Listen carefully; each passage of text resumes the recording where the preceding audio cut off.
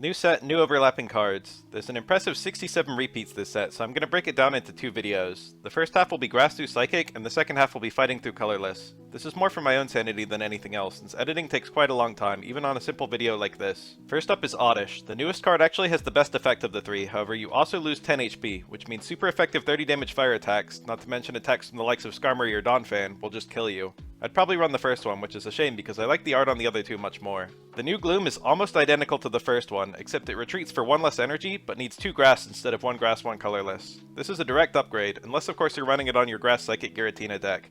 I'd personally run the center one just because it's the cheapest, but the new one's low retreat cost is a legitimate consideration. New Blossom will be significantly stronger than the old one half the time, and only barely weaker a quarter of the time. However, it has Confusion as a detrimental self-effect, which doesn't go away on its own, forcing you to run it with Big Malasada or some other status cure. This is actually competing with Serena more so than itself, which has better healing thanks to Mallow, plus a cheaper attack.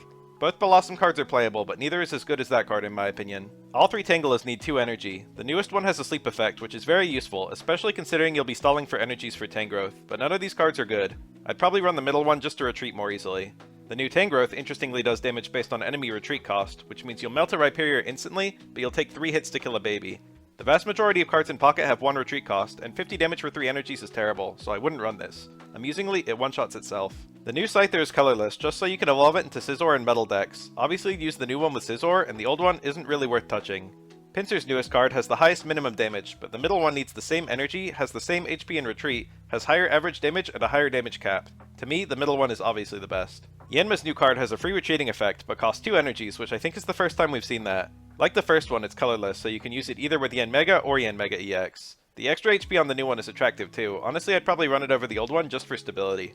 The old Heracross was an early game attacker thanks to Barry, with high turn 2 damage and possibility for a huge hit.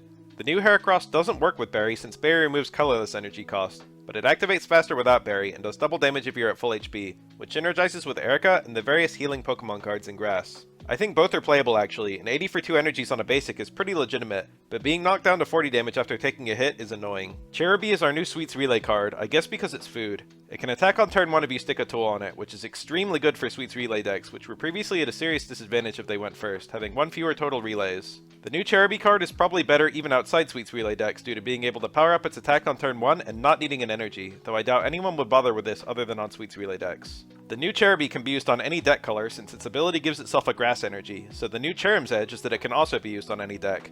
This is obviously good for Sweets Relay decks, which usually use water for Vanillish and Arita, but I probably wouldn't bother with this card. On grass, it's obviously outclassed by Worry Seed Cherrim. I've been waiting for a new Vulpix for a long time, since the old one only has 50 HP and often dies before it can evolve. The new one's not amazing, but should add some stability to Blaine decks, not that they're popular anymore outside of step-up battles. As for the Ninetales, it is powered up by Blaine and its attack is extremely strong, but the extra energy it requires is probably too much, since Blaine's main appeal is the speed at which it starts throwing out powerful attacks. The new Slugma gets 10 damage for an extra energy. I'd run the first one no question. For Magcargo, the first one has the unusual distinction of being the first card which could inflict a burn, but the damage isn't amazing. The new Magcargo, however, has an extremely titanic 150 damage for 2 energies, with the caveat that it can hit your own bench, and thus it's mostly good as the final Pokemon only. This card has been spectacular on an all-in deck with just 1 Slugma, 2 Magcargo, and 17 trainers for the low rarity step-up battles. It's very similar to Wugtrio, except it sets up faster and has lower survivability, but it's a very easy and effective card to play in a hyper rushdown deck. Our old Heatmor was a Fire-type, high HP basic attacker, and was occasionally used originally to kill Execute and later as a throwing card for Litten decks to make you less likely to brick. It's okay, but not amazing. The new Heatmor does bonus damage against burned opponents, and pairs very well with the new Typhlosion, which gets guaranteed burns from the bench, and a deck pairing those two is probably quite legitimate, especially in a no-EX format. The original Poliwag needed colorless energy, and the new one needs water. I don't think Poliwag has any place on multi-type decks, so the new one is a flat upgrade to me. Similarly, the new Poliwhirl's cheaper attack cost and retreat cost are both appealing, while the original's extra damage and being colorless aren't too impressive. With the original cards, I wonder if they were leaving open the possibility of a fighting-type Poliwrath, since Poliwag and Whirl would still be water. We actually have 2 new Horsies, counting the promotional one. The middle one trades some HP for power, and that 30 is attractive to knock out babies I guess, but dying in 1 hit to Skarmory is ugly. The promo one hits any target like Rowlet, which is nice for Kingdra, which can then use Cyrus to trap the opponent in. All 3 of these cards are about equally playable, I think. For Seadra, you can spend 2 energies to hit the active Pokemon, or 3 energies to hit benched Pokemon too. I think the older card has a more rare and useful effect, but the latter one's extra HP and cheaper attack are much more stable. Kingdra works well with rare candy, so you'll probably only run a single one of these. I'd run the old one I guess, but you can take your pick.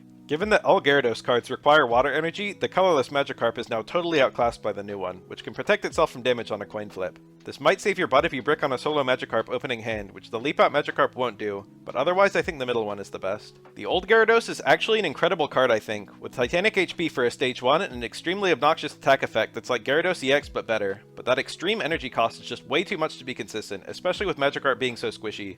It might be playable, but I've never seen anyone try it. The new Gyarados is really cool, attacking very quickly with an interesting effect which discards your benched water cards for more power. This has excellent synergy with the Fisher and Net trainers, as well as basic water cards like Dondozo, Tatsugiri, and Wishiwashi. I haven't seen this deck in practice yet, but it seems interesting on paper. I think the new card is much better, and you could easily build decks around it. Meryl's only difference between old and new is losing damage to be colorless. Both Azumarill cards need water energy, so I'd never run the new one. For Azumarill, the new one takes extra energy to attack, but takes a significant 30 less damage from fire or water Pokemon, which is actually quite cool and strong against those decks. That being said, I don't think either of these cards are impressive. The original Mantine does 50 damage for 2 energies, which isn't horrible for a basic, but not evolving limits it a lot. You'd rather invest into something else. The new one has a card effect that prevents damage, but this is way too weak for that massive energy cost. The effect is pretty good, especially with Will, but you'd rather have those 4 energies on a Palkia, especially considering you could be punching in the meanwhile. New Mantine looks utterly unplayable to me, especially with this annoyingly high retreat cost. I sure hope the old Ducklet is just tailing a taxi. The old one has less HP and needs more energy, but has a significant power advantage. That being said, I'd always run the new one just because it's going to be more stable. The new Swanna is generally much better than the old one, working as a pseudo energy ramp similar to Passimian EX, but for any energy type in the game, allowing you to pass energies to say Ho-Oh or Dragon Giratina. The free retreat cost is very nice so you don't get trapped in too. The new one is quite playable, while the old one is outclassed by Golduck of all things. Both Emolga cards are genuinely better than Farfetch'd, I think. The old one has 30 damage but a much more valuable HP threshold and a useful type for super effective hits, while the new one actually matches Farfetch'd power but keeps the high HP and makes you hit your bench for meager damage. It does open you up for Cyrus, but I think you can budget a few tens on your bench guys with how fiendish this guy is in the early game. Both cards are playable, but you'll probably get more value out of Zeraora most of the time. We got 2 new Chinchos this set, one in A4 and one promo. The first one is an attacker, and it's not bad as they go, nice stable HP value anyway. The new one can force any Pokemon in, but that's not especially useful unless it's something that needs a ton of energy and can't easily switch back out. I'd probably just run the first one. Old Slowpoke has my favorite art in the game. The new one doesn't attack, but instead heals an impressive 30 damage while putting itself to sleep. I'd rather have a 20 damage for 1 energy card than either of these, but I'd take the attacking one on principle, even though the new card isn't that bad.